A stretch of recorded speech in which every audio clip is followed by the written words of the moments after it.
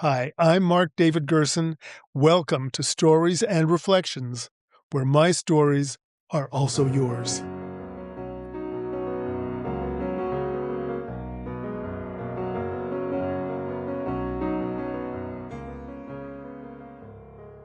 I've been talking a lot about anniversaries over the past couple of weeks. 2 weeks ago, I told a story related to the anniversary of my mother's death, and last week, I contrasted that with a story about a birth, the birth of my first book, The Moon Quest. And this week, as it turns out, marks another anniversary, although I didn't realize until just now that it was an anniversary. So let's turn the clock back 32 years to April 1994. It's a week or two after the workshop that I described last week, the workshop I was facilitating in which I birthed the Moon Quest, or better put, in which the Moon Quest happened to me. I've barely moved into a flat in Toronto's West End High Park neighborhood, having been pretty much wrenched out of the downtown apartment that was my home for 11 years. But that's another story. In my life, there's always another story. As it was when I ran the workshop, my new living room is littered with unpacked boxes, mostly books and LPs. I have lots of books and LPs, and lots of bookcases waiting to be filled by them. So it's an April morning, cool and comfortable, and my plan is to head out for a bike ride in a bit. First, though, I call my friend Tammy. Tammy and I met in Montreal when we both worked for a small public relations startup. Unfortunately, the startup stopped up soon after it started, and we both found ourselves out of jobs. But we had become friends, and she'd recently moved to Toronto. I called because I want to share an inner sensing that has excited me about the future. Is that this move, the move I just made from downtown to the West End, is not a long-term one. Rather, trading the bustle of downtown for a tree-lined street a few blocks from Toronto's largest green space is a first step out of the city altogether. At least that's what I'm sensing. In 5 years, I tell her, I want to be living in the country, maybe somewhere north or west of the city. Now, Tammy, who would never, ever, ever have described herself then as psychic or intuitive, interrupts me. You're going to think I'm crazy, she says, but I can see you living in the country. But no, not north, east, near the water. On Lake Ontario, maybe? She pauses, corrects herself. No, it seems more like Maine, or maybe Nova Scotia. The detailed description of the life Tammy then sees and paints for me strikes me as fantastical. But the feeling I get from it is very real feeling. 30 minutes later, I'm on my bike as planned, pedaling toward a nearby trail. And I hear a sort of voice whispering to me on the breeze. Yarmouth, it sighs. Yarmouth. Not once, but over and over again all through my bike ride. Yarmouth. I recognize the name as a town in Nova Scotia, but it isn't until I get back and consult my Rand McNally Atlas. This is before Google, remember. So I consult my atlas, and I learn that Yarmouth is the largest town in southwest Nova Scotia, across the Bay of Fundy from Maine. Nova Scotia? Maine? Maybe the picture Tammy painted for me is more real than I thought. But for the moment, I file Maine, Nova Scotia, and Yarmouth away somewhere at the back of my mind because whatever I'm going to do is 5 years away, right? Well, maybe, as it turns out, not so right, not quite so right. So most mornings, after I work on the Moon Quest and have breakfast, I wander down to High Park, the 400-acre park that gave my neighborhood its name. And as I amble most mornings, I sense intuitive messages coming from that deep inner place I'll later come to call my wisest self. Some of these are about my writing, especially the Moon Quest, because I'm still struggling through the early weeks of my first draft. Some are about my writing classes and workshops. Some offer reassurance in what is still an unsettling time as I adjust to the earth-quaking life changes that my recent spiritual and creative awakenings have brought with them. Little do I know in those moments walking along the path in High Park, walking along Grenadier Pond, little do I know that my life is about to get even more unsettling and way, way, way more earthquaking. And as the weeks pass, I can't help but think about Nova Scotia and an ultimate move. And the more I think about it, mostly on these High Park walks, the more it feels right. Still, it's 5 years away, right? Or is it?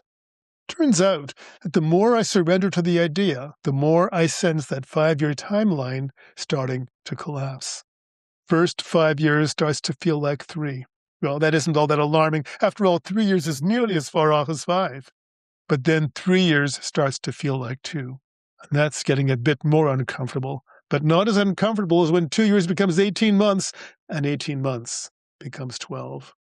I'm in High Park when that last realization, that last aha, that last sensing happens. And when it does, I drop onto the nearest rock to catch my breath. It's one thing to talk about leaving Toronto at some future date, 5 years or even 3 years away.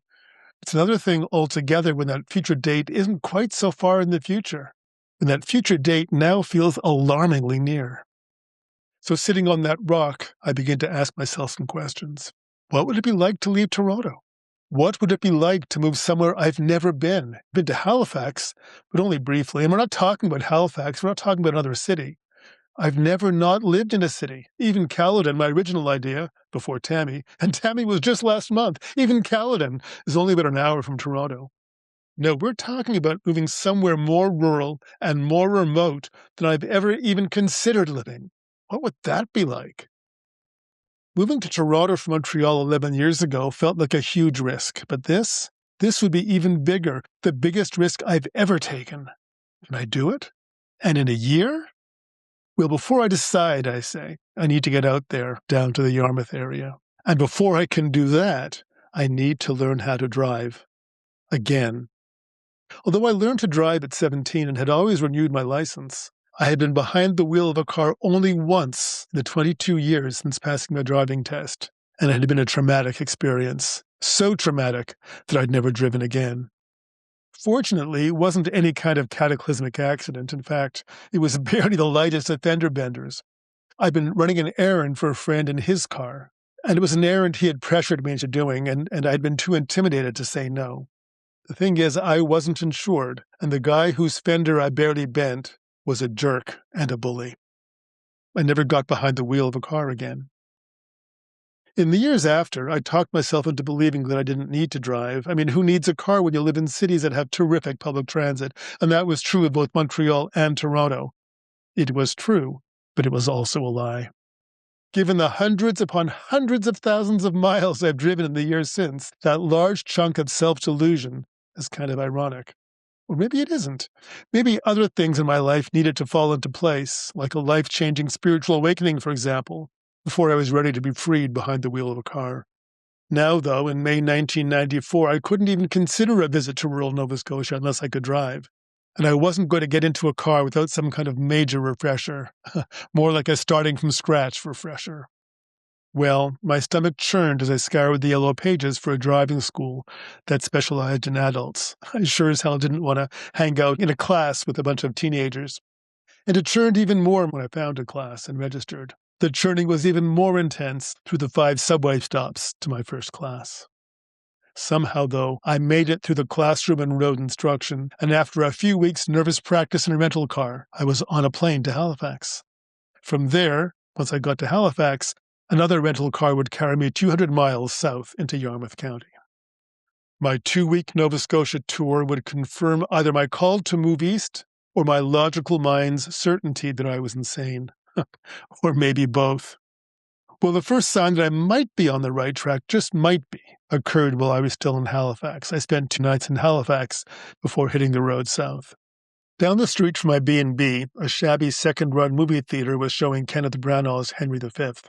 I'd missed it when it first played 5 years earlier, and with nothing else to do, I bought a ticket. Well, toward the end of the movie, when against all odds Henry and his ragtag army defeat the French on St. Crispin's Day, I burst into tears. The scene reminded me that with faith, nothing is impossible. I was so moved, I went back the second night and had the exact same experience. The second sign that I was on the right track, that my inner sensings about Nova Scotia might be correct, that second sign was even more direct. It was the final Sunday of what had been a pretty terrific, though not particularly eventful trip. And I'd so sunburnt the tops of my feet while walking barefoot along Cape Sable Beach that I could barely stand wearing shoes, and I desperately needed some kind of lotion or salve. Unfortunately, the downside of spending my 2 weeks in remote rural Yarmouth County, not even the town of Yarmouth, was that there was only one drugstore anywhere near where I was staying. The good news was that it was open on Sundays. The bad news was that it was open for 1 hour only on Sundays, from 6 to 7. So at 5:45, I pulled into the parking lot and switched on the car radio while I waited for the drugstore to open.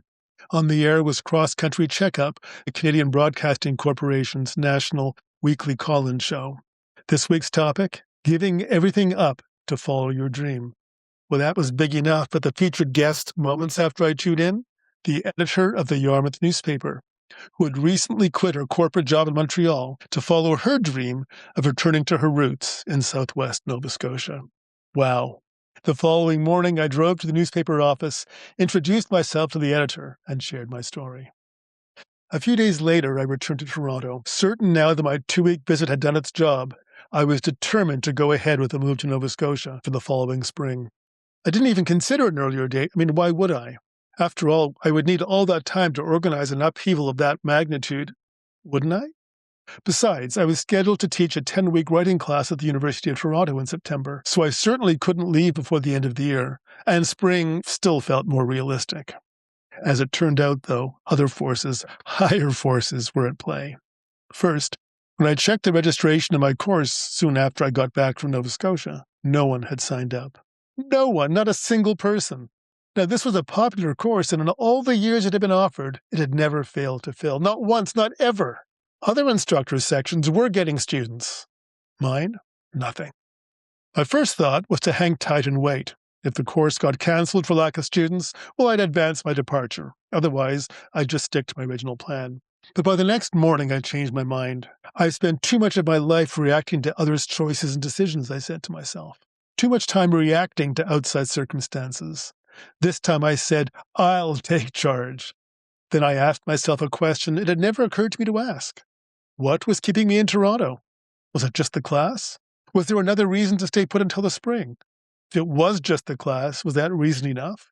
And if the class itself wasn't reason enough, did I really need so much time to plan, organize, and execute the kind of move I was anticipating? By the end of the day, the answer was clear. I called the university and canceled my class, and the next morning, I launched Operation Nova Scotia. First, I bought a car, my first ever car, a sea blue Dodge Caravan. Sea blue matched the Atlantic, and that felt good. And I liked the name, Caravan. You travel in a caravan. You go to new places in a caravan. You have new experiences in a caravan. On top of that, a Dodge Caravan was a minivan, bigger than a car, so it could hold a lot. Not everything I owned, of course, but that didn't matter because I decided that I was taking only what I could squeeze into the new caravan. The rest would have to go. And not into storage. Why put things into storage if I wasn't coming back? And I wasn't coming back. Nova Scotia would be my new home, period. I was wrong, of course. I did go back. But I was also right. I was heading into a new life, into a fresh start. And if I wouldn't be starting with absolutely nothing, I wouldn't be starting with much. Suddenly, I had a lot to get rid of. Furniture, rugs, lamps, books, LPs, lots and lots of books, and lots of LPs. I didn't need all my clothes. I didn't need all my kitchen stuff. I didn't need knickknacks and plants and pictures. I didn't need all my office files. Still, unloading all that would take time. It was now mid-August. I figured I'd need at least until the end of October. And as it turned out, I was wrong again. First, though, what about my lease? I had a year's lease on my new place. When I told my new landlord about my plans, he was so excited for me that he agreed to let me break the lease. Another confirmation. And now it was definite. It was fixed. I would need to be out by October 31st. And so in the first of what would ultimately be 8 almost total divestments over the next 25 years, I began the process of selling or giving away most everything I owned, including the 40 boxes of books I had moved from my downtown apartment only 5 months earlier. Now, this was in the days before Craigslist, eBay, and Facebook Marketplace, and yet I still managed to do it all without holding a single garage sale. Somehow, by telling friends, colleagues, neighbors, students, and a bunch of used book dealers that I was selling everything, everything went. And it went so quickly that I was forced to push my departure date forward by a month. Otherwise, I would have had to spend all of October in an empty flat. So that was another confirmation, another sign that I was on the right track, that this was the right move. Now I would leave on September 30th, and my plan was to drive off the ferry from New Brunswick a few days later on my 40th birthday. I wish I could say that the whole process was stress-free, that I was fully and unconditionally surrendered to every moment of this radical change. Not a chance. Of course there were stresses. Of course there were moments of second-guessing. Somehow, though, maybe because I was so busy getting so much done, I managed to navigate through all of them. Well, all of them until the morning of my 40th birthday, the day that was to be the first day of my new life. I woke up that morning in my New Brunswick B&B to a queasy stomach that got only queasier as I drove to the ferry terminal in St. John, and then got queasier still on the 3-hour ferry ride across the Bay of Fundy. And I didn't feel any better when I drove off the ferry. In fact, I felt worse, much, much worse. Suddenly, really for the first time, the reality of what I'd done, the magnitude of what I'd done, the sheer insanity of what I'd done hit me. And it hit me hard. As soon as I could, I pulled off the road and began to sob. What had I done? I had moved 1,000 miles from a comfortable home to a place where I knew no one. What would I do there? What would I be there? Who would I be there? What had I done? These and other questions fired through me as I gripped a steering wheel that felt like my only anchor, my only life preserver. And I sobbed, and I sobbed, and I sobbed. Finally, depleted by tears and with no answers, I started the car and turned onto Highway 101 toward Yarmouth. Whatever it meant, I was home. And I was home. And just as the stars had aligned to get me there, they continued to align through my 14 months in Nova Scotia, producing miracle after miracle after miracle, and more magic than I could ever possibly share here. And they didn't stop aligning when the inner call came to return to Toronto. There was plenty of magic around that too. And in the years that followed, through all the journeys I journeyed and all the new beginnings I experienced, those stars never stopped aligning for me, just as they continue to align in my life today. Here's the thing. When we listen to the voice of our heart, to the call of our intuitive knowingness, to the messages from that wisest self I mentioned earlier, when we listen, trust, and take the leaps of faith demanded of us, the stars always align. Always.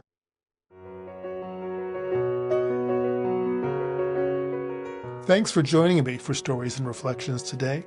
I hope you found moments in my stories that touched something in yours.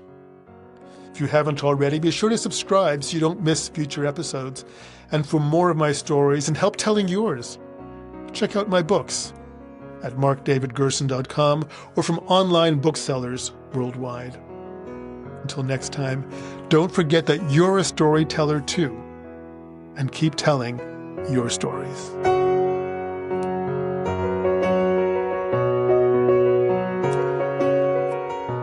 The intro and outro music for today's episode is Heartwarming by Kevin MacLeod from Incompetech.com, licensed under Creative Commons.